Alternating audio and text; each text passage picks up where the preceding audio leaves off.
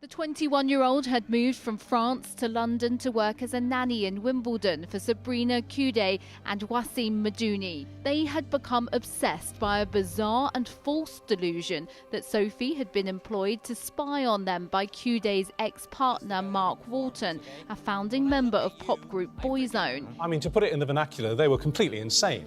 I mean, what they were doing, Correct. They were torturing this poor girl. They were waterboarding her, they were starving her, they got her completely in their grip.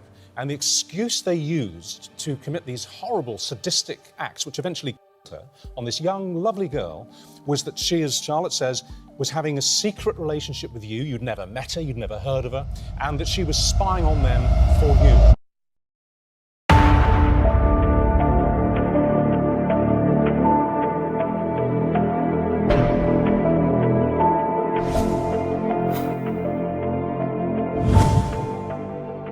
Hi friends, and welcome. This is Crime Corner with Jen, and for those of you who don't know, my name is Jen and I talk about true crime cases on this channel. If you enjoy my content, please be sure to like, subscribe, and to turn on the notification bell so that you don't miss out on any of my future videos. I am back again this week with another international true crime case, and in this week's video, we're going to be talking about the chilling case of Sophie Lionnet. Sophie Lionnet was born and raised in the small town of Troyes in northeastern France. Not much has been publicly disclosed about her early life and family background, but she has been described by those who knew her as a shy, introverted, and very kind-hearted woman. Growing up, Sophie would be raised by both her mother and father, Catherine and Patrick. However, later on in her childhood, her parents would divorce and they would both end up remarrying new spouses. Despite this, Sophie did remain very close to both of her parents, and overall she seemed to have a very normal and happy, loving upbringing. Sophie was born on January 7th, 1996, which would make her 21 years old at the time of her death. In 2016, she would have the opportunity to move over to London, which was a dream come true for Sophie because she's always wanted to experience life abroad in the UK, and she also wanted to improve her English. Sophie would move to London to become an au pair after being hired by a couple named Sabrina Kuder and Usaim Moudini to look after their two children. Sabrina was born sometime between 1982 to 1984 in northern Algeria. I'm only providing an estimate of her age and of her birthday just because I've seen so many articles now providing different dates. So it's been really difficult to confirm which exactly is the exact and accurate one. So up until the year 1990, Sabrina did remain in northern Algeria and she was living with her aunt because both of her parents and her older sister did actually just a few months after Sabrina's birth, they moved over to Paris without her because of the civil unrest happening in their country. However, in the year 1990, Sabrina would also make the move to Paris and she would rejoin her family and her sister. At the age of 18, sometime in the early 2000s, Sabrina would meet Usaim while at this fun fair event that they were both attending. Usaim, who also goes by the name of Sam, was 5 years older than Sabrina. Sam happened to also be French Algerian, and I'm sure that they definitely connected over this shared heritage. Unfortunately for the couple, they did seem to have a very complex and very toxic relationship. Sam was reportedly heads over heels for Sabrina. I'm talking about like obsessed. He was in love with her from the very first date, and according to different reports from both of the couple's friends, just shortly after their relationship began, Sam had purchased a ring and he would end up proposing to her, not once, but multiple times. And each time he did so, she would just tell him that she'd think about it. Sabrina was described to be someone who was very, very successful with men. There was something bewitching about Sabrina when it came to men. She could be enchanting, charming, and very sexy.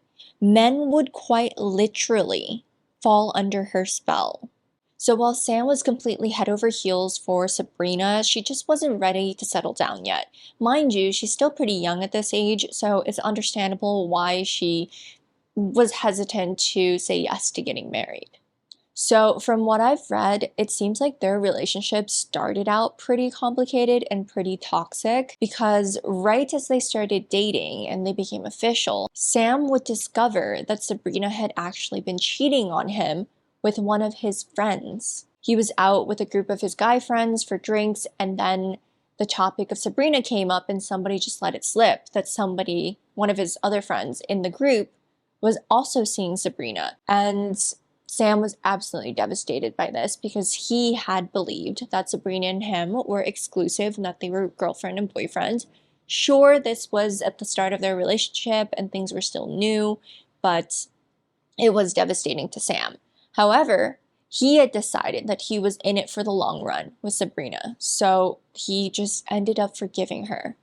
In 2005, when Sabrina was 22 and Sam was 27 years old, Sabrina would decide that she wanted to move cities. She wanted to move over to London and experience life in the UK. She would go there to work as an au pair while also working part-time as a makeup artist. It seems like she was doing a number of different jobs while in London. At one point, she worked in a bank, and then eventually she found a lot more success working as a stylist, as a fashion designer, and even as a songwriter. Now, Sam would also decide to make the move to the UK. I'm sure he found work or he did his own thing there, but I honestly believe that the main reason he made this move was so that he could be closer to Sabrina. And unfortunately for Sam, his relationship with Sabrina just still continued to be very complicated, very toxic, and very on and off. She would apparently live with Sam at his flat during their on periods, but all the while, she was still seeing other men on the side. Some of these relationships that she was having with other men, they were sometimes during their on periods, but sometimes during their off periods as well. And these other relationships would include one that would result in Sabrina falling pregnant with another man and having a son with that man. In 2011, during one of their off periods, Sabrina would catch the attention of a man named Mark Walton. Mark was one of the founding members of a boy band called Boyzone. And apparently, Sabrina had caught his eye with her smile while in the lobby of the NatWest Bank in Notting Hill, and he was immediately head over heels for her. Sabrina had been speaking to the bank's manager while Mark was waiting in line for the queue, and when his turn came around, Mark would ask the manager, like, hey, who's that woman over there? And to his surprise, the manager would tell him, she asked the same question about you. The two would then be introduced to each other by the bank manager, and Mark would recount. It was love at first sight. She was 5'8" and beautiful with a nice figure, big brown eyes, soft French accent, long brown hair, beautiful lips, gorgeous skin, and when she smiled, I'd literally melt. This meeting between Sabrina and the successful pop music mogul would lead to a turbulent 2-year relationship. Initially, in the relationship, things started off really well. Sabrina became very close to Mark, and she, at one point in the beginning of their relationship, had opened up to him and had told him that, during her childhood, she had it really rough because she was actually abused by her uncles. She would tell him a bunch of other things that really just put her in a very vulnerable light, and this made Mark feel really, really bad for her. I was living in Notting Hill, but after 5 or 6 months, I moved into her apartment in Queensway, paying her £2,000 a month rent. I felt sorry for her. She told me she'd been raped and abused, and I thought I could save her. I was traveling the world, and I would come home to her, and there was a sweet, loving, gentle side. However, their relationship would take a really scary turn. Just a few months after they began dating, Mark would see a side of Sabrina that he had never seen before. Sabrina would often go into these violent fits of rage. They were so scary because Sabrina would often just pick up whatever items were laying close to her and she would hurl them at Mark. She would berate him, yell at him, and often become physically abusive with Mark. There were punches and slaps. She once woke me with a punch to the jaw because I was snoring. I was bruised for days. We had 4 full-time nannies for her older son, and she accused all of them of sleeping with me. She set up hidden cameras in the house to spy on them. She was convinced it was true, though there was never any truth to it. Mark then recounts an incident when he discovered photos of Sabrina and some other man in their cupboard. We'd been together 14 months and were living together at her apartment in Queensway when I was looking in a cupboard for my notebook and found some photos showing her with another man. I asked her who he was, and she exploded. "Why are you rooting around in the cupboard? You're trying to control me." She threw 30 photos out our 5th floor window. They went floating down to the street. I turned to leave and she hurled a heavy glass ashtray at me, which shattered against the wall.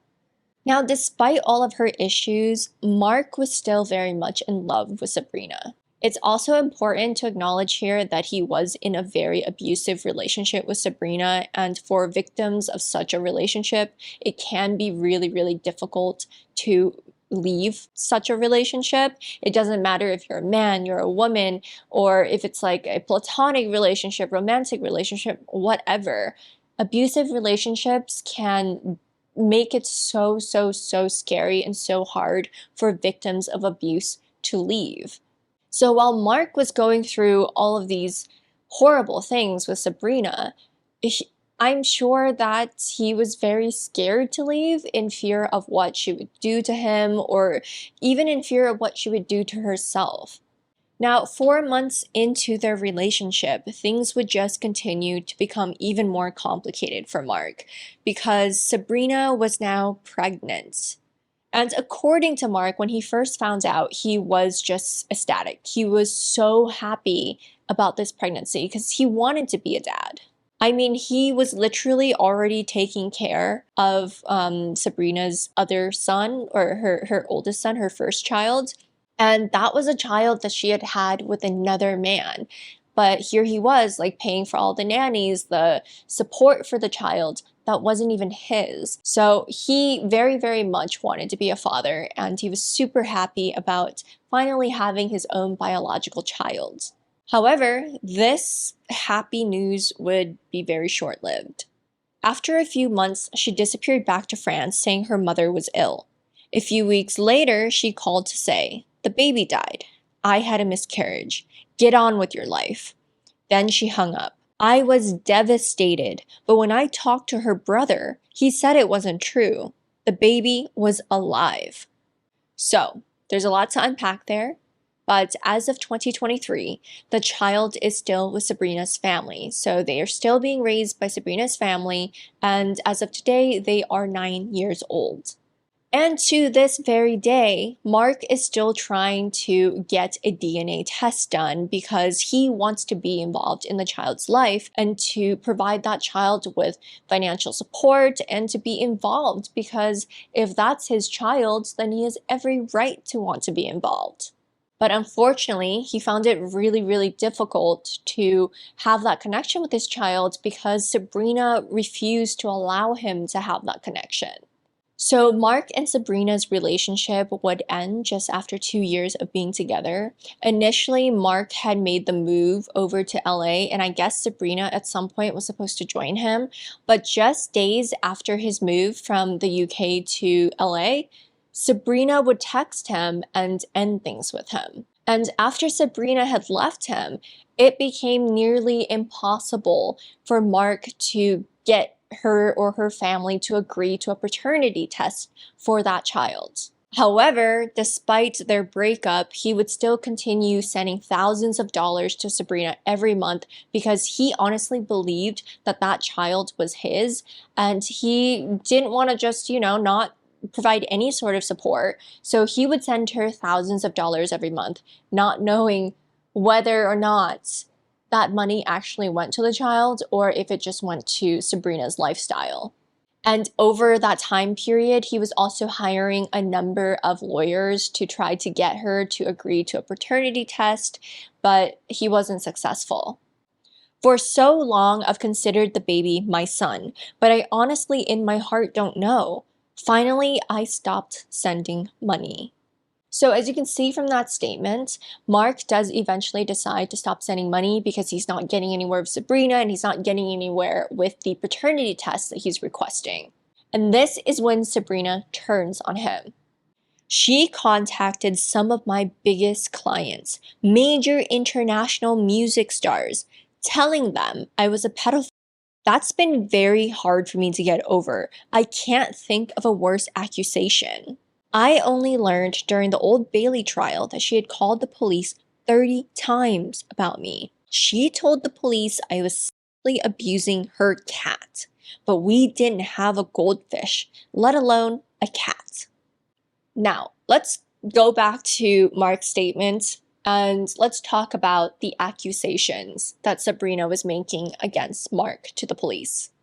She had fabricated a number of shocking and outrageous lies and claims about Mark to the police. One lie included a claim that Mark had apparently snuck into her flat late one night and had extracted semen from her sleeping boyfriend. And needless to say, this is insane because Mark wasn't even in the same country. He was living like 5,000 miles away, but this woman claims that he's been sneaking into her house late at night to extract semen from her sleeping boyfriend. And if you're wondering who that sleeping boyfriend could be, well, it was Sam. Because after the breakup with Mark, Sabrina would run straight back to Sam, and Sam was just so happy. Like, honestly, he was just like, you know what, this is great, this is the best thing ever, move in with me, bring your son, I'll raise your son, and I'll take care of you, like, no worries at all. So Sam just embraced her with open arms, and yeah, they got back together. During their time apart, it looks like Sam did pretty well for himself. He ended up getting a degree in economics and worked as a financial analyst, and he was making pretty good money. With the money that he was making, he would actually purchase 2 properties back in France and he would rent those out. So he was doing really well financially, and because of that, he was able to financially provide for Sabrina and her, well, now 2 children. And again, mind you, both of these children are from 2 different relationships. And again, Sam didn't seem to mind. He just accepted the fact that, you know, he was raising another man's child. And honestly, I think that's admirable because if he loves Sabrina so much, then he should also love her children. So I do think that that was admirable that he really stepped up as a father figure and was there to take care of her children. However, what I don't admire about Sam is the fact that he worshipped the ground that Sabrina walked on. He allowed her to do whatever she wanted and to get whatever she wanted. And yeah, it's just, I think Sam could have done better, but it is what it is. And despite Sam and Sabrina living together now, despite like her moving back in with Sam, it was very clear that Sabrina wasn't over Mark. While living with Sam, Sabrina would talk about Mark all of the time. She had even printed out photographs of Mark, and she would go around the local shops in their area, residential area, and she would go up to the store clerks and she'd be like, hey, have you seen this man? Because if you have, you need to tell me and you need to call the police right away because he's been sneaking into my house at night and, you know, doing things to my boyfriend. Again, Mark wasn't even in the UK. He was living in America. He was 5,000 miles away. So this was physically impossible for him to be doing.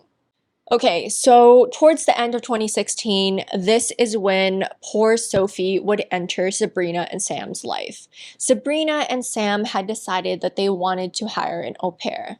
And an au pair is essentially a nanny, and they usually arrive from like a different country, and then they move into that new country where they're going to be working, and they live with the hosts. And in exchange for caring for the children, the au pair will receive free accommodation, food, and some pocket money. However, because they aren't recognized as, or they're not considered as employees, they don't get a full salary and they don't get the benefits that come with being a full-time employee. So this means that they get no minimum wage and they also get no paid time off. But what I do think is really unfair about that system is that if they are paid by their hosts, then they still have to pay tax while not being able to receive any of the protections or benefits that typical employees would receive.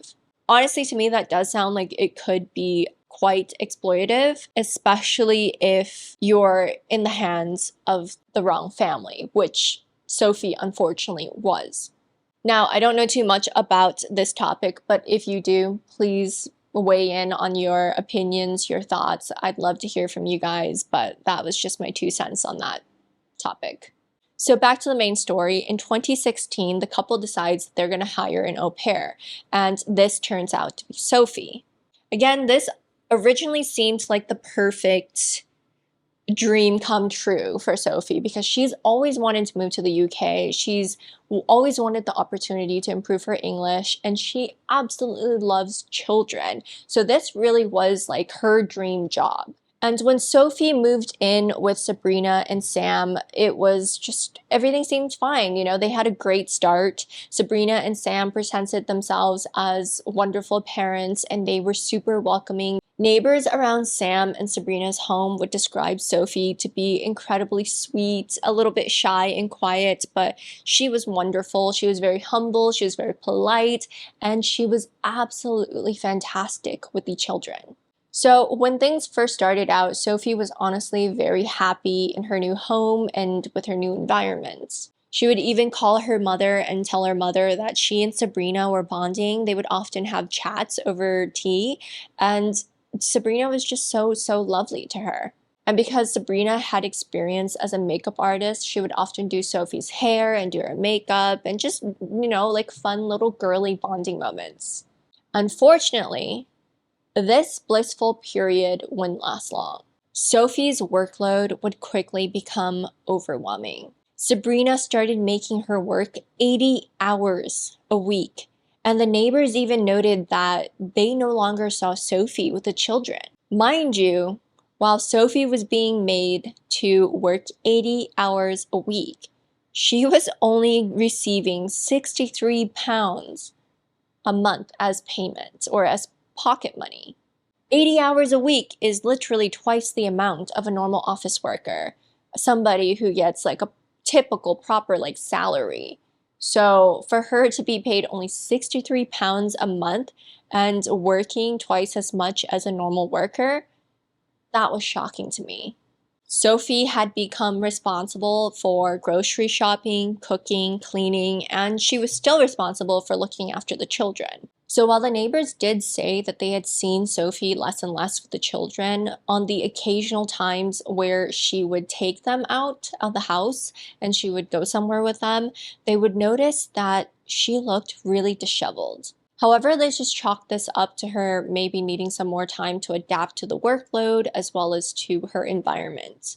Little did they know just how heavy that workload of hers was and just how badly she was beginning to be treated inside of their home. One man named Michael Cromer, who is the owner of a fish and chips restaurant around the block of Sabrina and Sam's home, would notice just how bad Sophie looked, and he would ask her if everything was okay. He noticed that she was really struggling both mentally and physically, and when he asked her what was wrong, she would tell him that her mother was sick, hoping that that excuse would stop the man from asking any further questions. I'm not sure whether Michael believed her. I assume he probably did because he could have never imagined what Sabrina and Sam were doing to Sophie. So he just assumed that, you know, she was doing really bad mentally and physically because she was worried about her mother who was back in France and who was unwell. And because he felt so bad for her, he would start giving her free fish and chips as well as sodas. And here's what's surprising. There were numerous reports that when Sabrina found out that Michael was giving free food to Sophie, she lost it. She stormed into his restaurant and yelled at him and then just basically forbade Sophie to go back in. And Michael was so shocked by this. He was so shocked that the next time that he saw Sophie on the street, he went up to her and he was like, hey, like, is everything okay? Like, what happened that day? Do you want to go home? Because if you want to go home, I'll buy you a plane ticket home. But Sophie would end up declining his offer. In another instance, while Sabrina wasn't home, I guess, Sophie would go back to Michael's fish and chip shop because I assume that that was a place that she felt very comfortable. And while she was there, she would confide to Michael something very disturbing. Sophie would tell him that Sabrina was physically hurting her. Once she said Sabrina beat her. I asked why, and she said she had dropped the butter. Now, again, I'm sure there's a lot of people who are just watching this and they're like, why? Why didn't she just leave? Like, she could have just left. I mean, Michael offered to pay for her plane ticket. She should have just said yes. But you guys, please just keep in mind again, that toxic relationships, abusive relationships, they are incredibly difficult to walk away from. Victims are afraid to walk away because they're afraid of what could happen if the abuser finds out. And I believe that this is the case for Sophie. And now, while Michael did sense that something was really, really wrong here, he kind of just didn't push her on it too much because, again, he had no idea how bad the situation was behind closed doors. And it's also good to keep in mind here that Sophie, English wasn't her first language, so she wasn't always able to properly communicate to her friends or to Michael or to any of the other neighbors what was going on with her inside the home, even if she had wanted to, because she had a very limited English vocabulary. Because don't forget, she wanted to move to the UK to learn English, to improve her English, and she likely just didn't know how to fully express what was going on. But I do believe that that was only a small reason, and that the main reason was that she was honestly too terrified to get the heck out of the home. So it's honestly really, really, really sad learning what Sabrina and Sam were putting Sophie through inside of that home behind closed doors. Behind closed doors, they were physically and mentally abusing Sophie. What they were doing to her was torture. They tormented this poor girl. Sabrina, for whatever reason, she was convinced that Sophie was having an affair with her ex-boyfriend, Mark.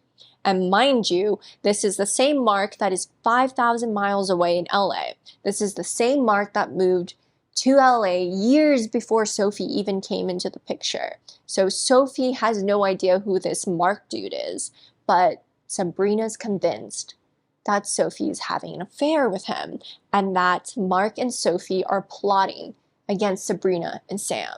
So now we have Sabrina accusing Sophie of sleeping with her ex-boyfriend, who she's never met once in her entire life and who she doesn't know. So obviously, Sophie's going to deny it because she doesn't know this dude. And she tells Sabrina, like, please, like, I have no idea who he is. Like, I don't understand, like, why you think I'm having an affair with your ex-boyfriend, because I don't know who he is, I promise. But despite all of Sophie's pleas, Sabrina refuses to listen. Instead, she begins to deny Sophie food. And that's why so many people were beginning to notice that there was something wrong with Sophie and why she had lost so much weight and looked so disheveled. It was because she was literally being starved of food. But not only that, but she also had to endure countless interrogations by Sam and Sabrina about Mark. In April of 2017, while 15 months into Sophie's employment, Sophie would call her mother, and her mother would notice that her daughter sounded quite off while on the phone. And her mother would ask Sophie, like, hey, like, honey, what's going on? Is everything okay? And Sophie would just quietly tell her, I want to go home. She didn't tell her mother about the details of the horrible treatment that she was receiving from Sam and Sabrina because I don't know. I don't know why she didn't tell her parents, because I think maybe it was because she was too terrified to tell her parents. But yeah, she would just tell them that she wanted to go home because she was just very overwhelmed with the workload and with the children. And initially, her mother tried to encourage her to stay because her mother wanted her to have this opportunity, to have this experience abroad, and didn't want her daughter to give up. But in the end, after hearing her daughter's voice on the phone and just how tired and distraught her voice sounded, she would give in and she would tell her daughter, no worries, like, I'm gonna buy you a plane ticket home and I'll send you that ticket. Unfortunately, Sophie would never receive that plane ticket. Sabrina and Sam had caught wind of what was going on. So they would find Sophie's passport and that plane ticket, and they would destroy both the passport book and the plane ticket sent by Sophie's mother.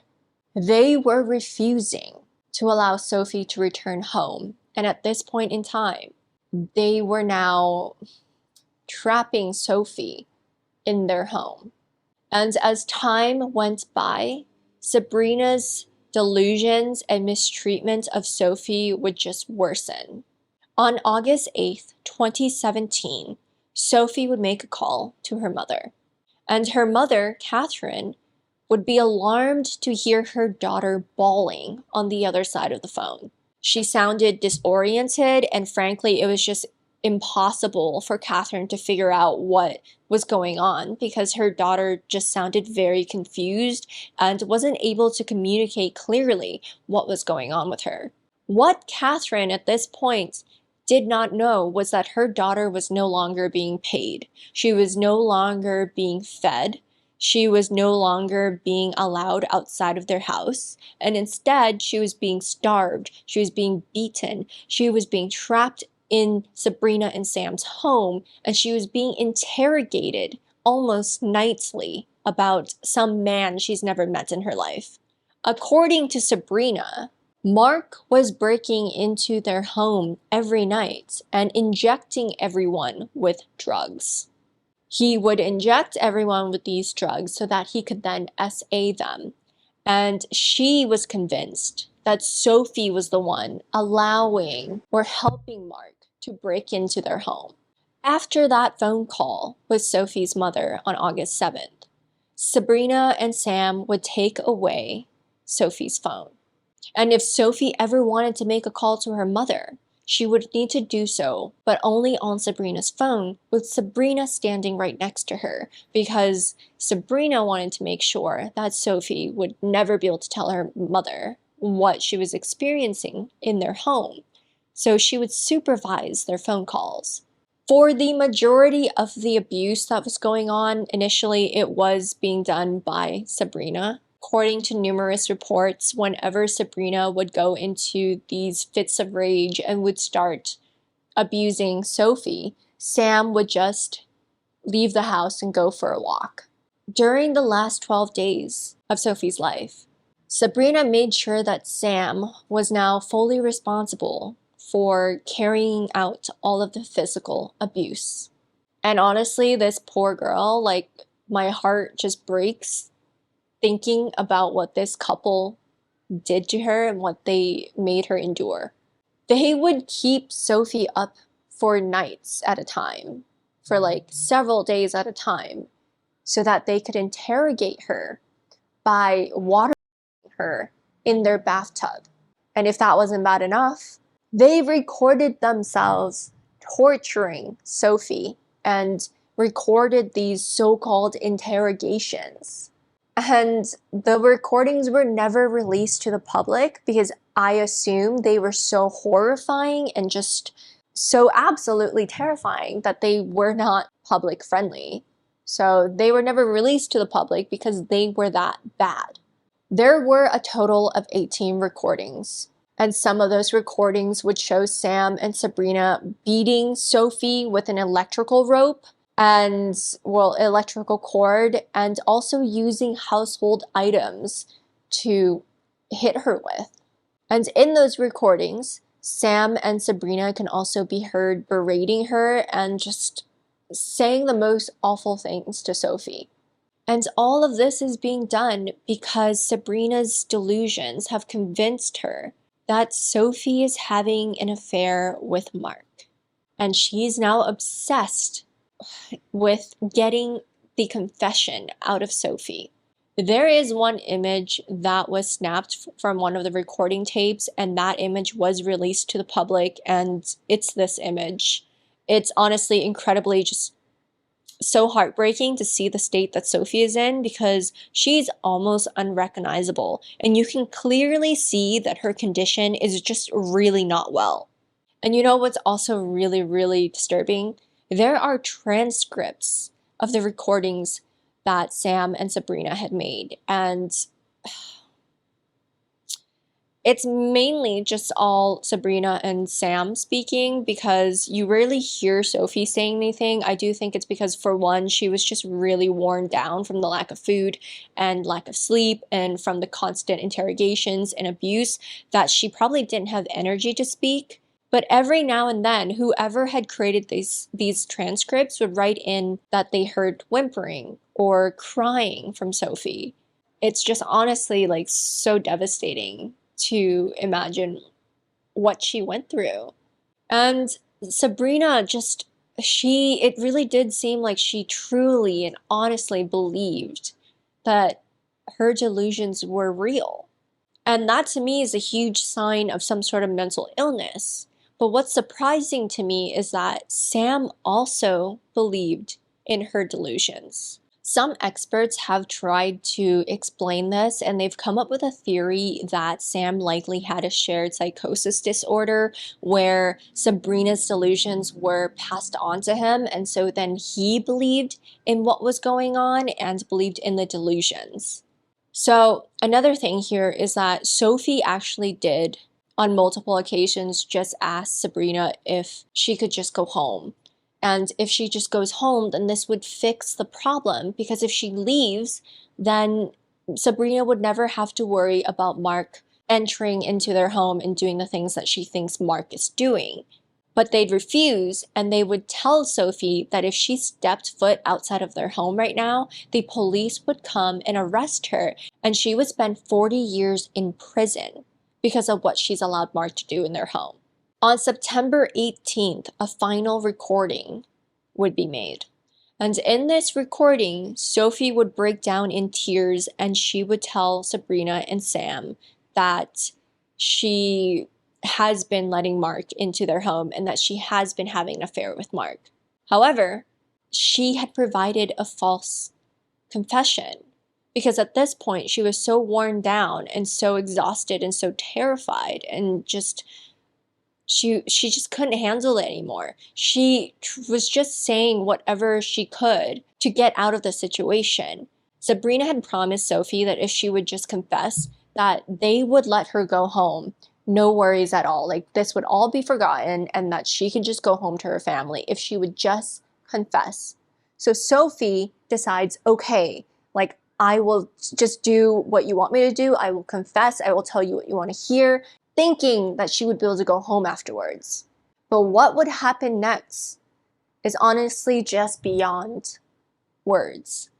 Instead of keeping her promise to Sophie, Sabrina would have Sam drag her into their bathroom and drown her in the bathtub. Afterwards, they would proceed to have intercourse on the floor of the bathroom next to Sophie's body. Some people believe that this may have been Sabrina's way of rewarding Sam for doing what he did to Sophie in the bathtub, but who knows? All I know is that these two people are sick and unhinged. I don't care what was the reason. I just care that they did this to a poor innocent child, to a poor innocent girl. Yes, Sophie's not a child anymore, sure, but she was 21 years old. She was a baby. She had her whole entire life ahead of her, and that was stripped away from her. It's also believed that after they had drowned Sophie in the bathtub, they would put Sophie's body into a suitcase until September 20th. And on September 20th, the day that they were planning to dispose of Sophie's body, Sam and Sabrina would have a cookout in their backyard. And this cookout would lead their neighbors to calling the police. Their neighbors had noticed that there was some sort of decaying smell coming from Sam and Sabrina's backyards, and also there were huge black fumes coming from the fire that they had started. And they were getting worried. So they called the police and asked the police or the fire department, whoever was able to come first, to come and check it out because they were worried that something was off or that this fire is going to reach their homes. So the fire department would be dispatched and they would arrive to Sam and Sabrina's home and they would go up to the door and they'd knock on the door. They would then be greeted by Sam, who would open the door and tell them that, they're having a cookout. So that's why there's fumes coming out from their backyard. But apparently, the fire that they were having in their backyard was not just like a small little cookout type of fire. It was a huge fire. The fire that they were having was so big that it was getting dangerously close to their patio, to Sam and Sabrina's patio, as well as to their neighbors' backyards. And when the firefighters would make their way into the backyard, they would indeed see a barbecue thing set up and there were chicken thighs being cooked on top of it. But that wasn't where the huge smoke fire was coming from. What Sam had neglected to tell the firefighters at the door was that he and Sabrina had started a huge bonfire next to their barbecue. And this bonfire was now burning out of control. The firefighters would see this and they would rush to put the fire out, the bonfire, because again, this was becoming very dangerous. And when they put the fire out, they would catch a glimpse of something inside of the ashes, or amongst the ashes, that looked like it belonged to a human. They found jewelry, clothes, and bones that looked like they were very much human remains. Sam immediately notices this and he quickly tells them, oh, that's just a whole lamb. We purchased an entire lamb today and we wanted to cook it. So we put it in the fire. So what you're seeing is just the remains of a lamb. But the firefighters were kind of just like, that doesn't look right. So they'd go up for a closer look. And that's when they confirmed their suspicions that whatever was being cooked in this bonfire was for sure not a lamb.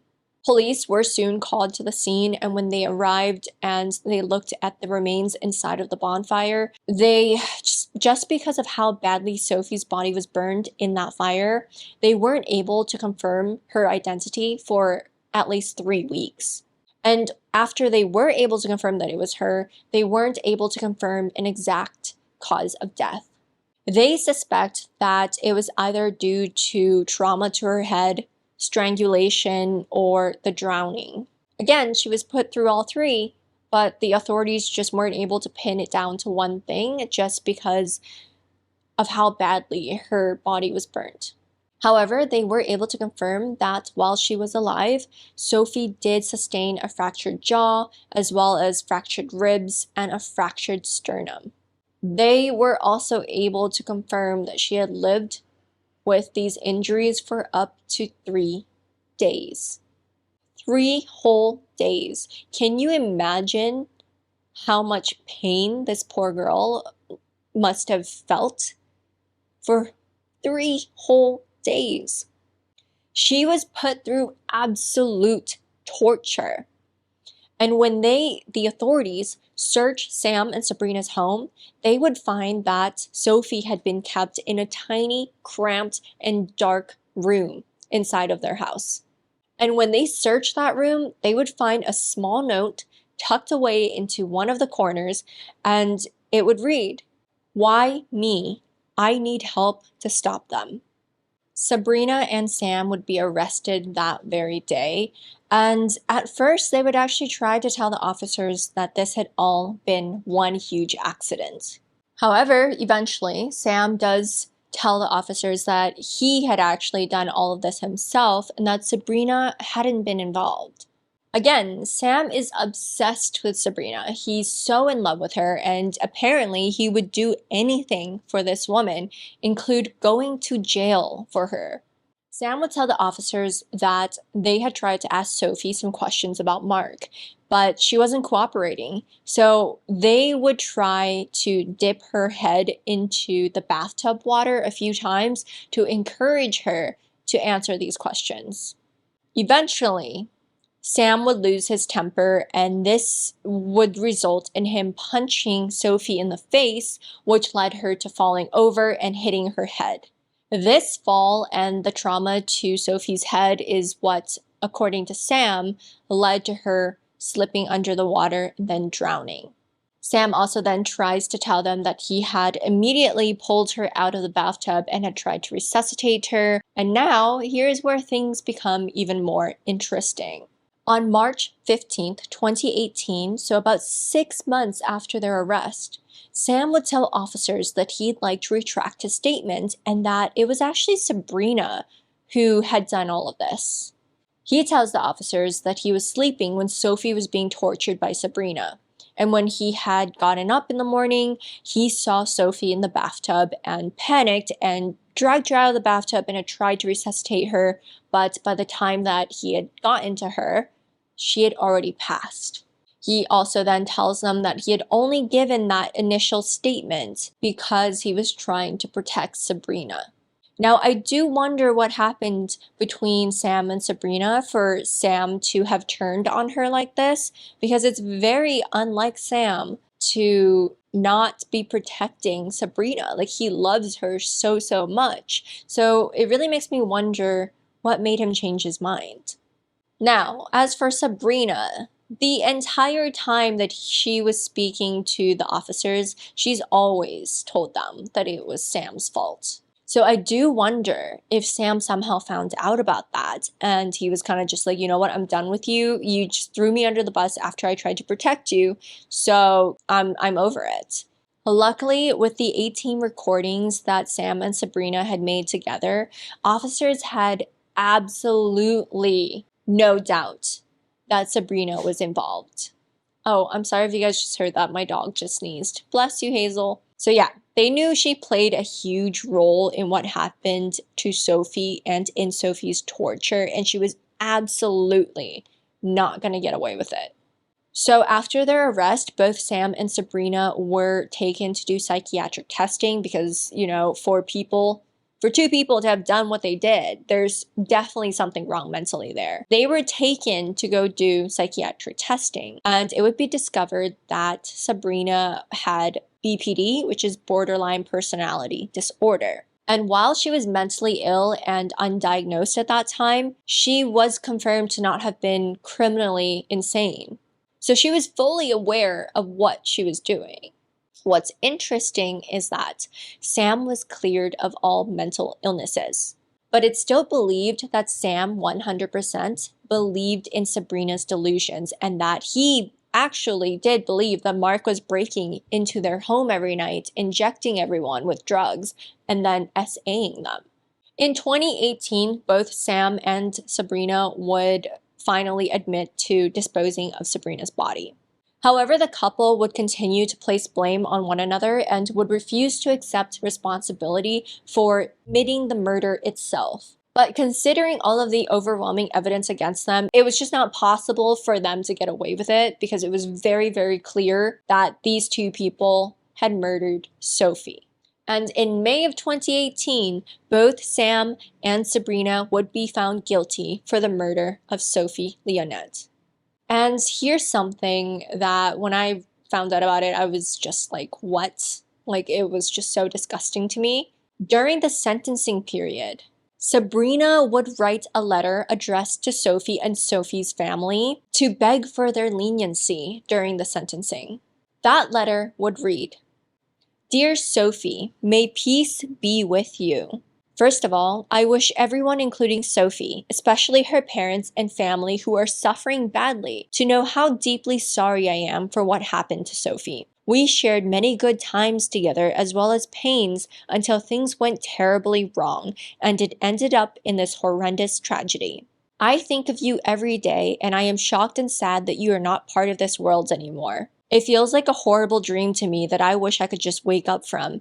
Every day I live with sadness and sorrow. I am suffering every day thinking of you and what happened to you that dreadful night. I only wish I could turn the clock back so that it never happened and you would still be alive with us today. I will now live without hope and I can't ever imagine ever being happy again. I struggle every day and I am very disappointed in myself. Sophie, I wish things could have been different and I hope that you rest in peace with God.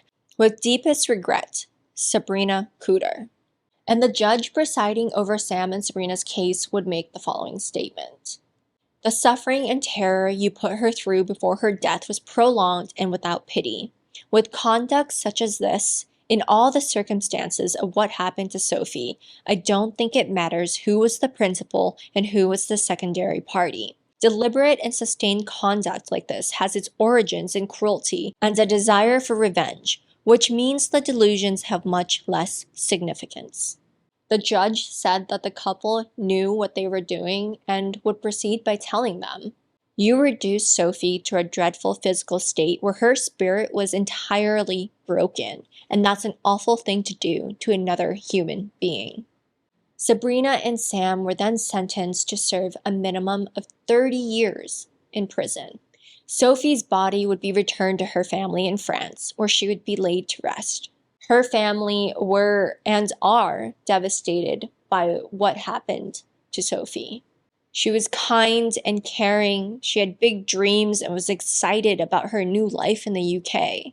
When news broke of this case, Mark would also find out about what happened at the same time as the rest of the world, and he was devastated. He was absolutely shocked when I saw that picture of Sophie and how scared and vulnerable and haunted she looks, and to think she was tortured because of me, that haunts me. That poor girl was telling the truth. She never met me, and yet she paid with her life because of those psychopaths. It's heartbreaking to me that she would suffer so much because of me. I would love to reach out to her parents. During the trial, it didn't seem appropriate to do so, but I want them to know their daughter is in my prayers. I think of her every day. I want them to know I carry their daughter's picture with me everywhere.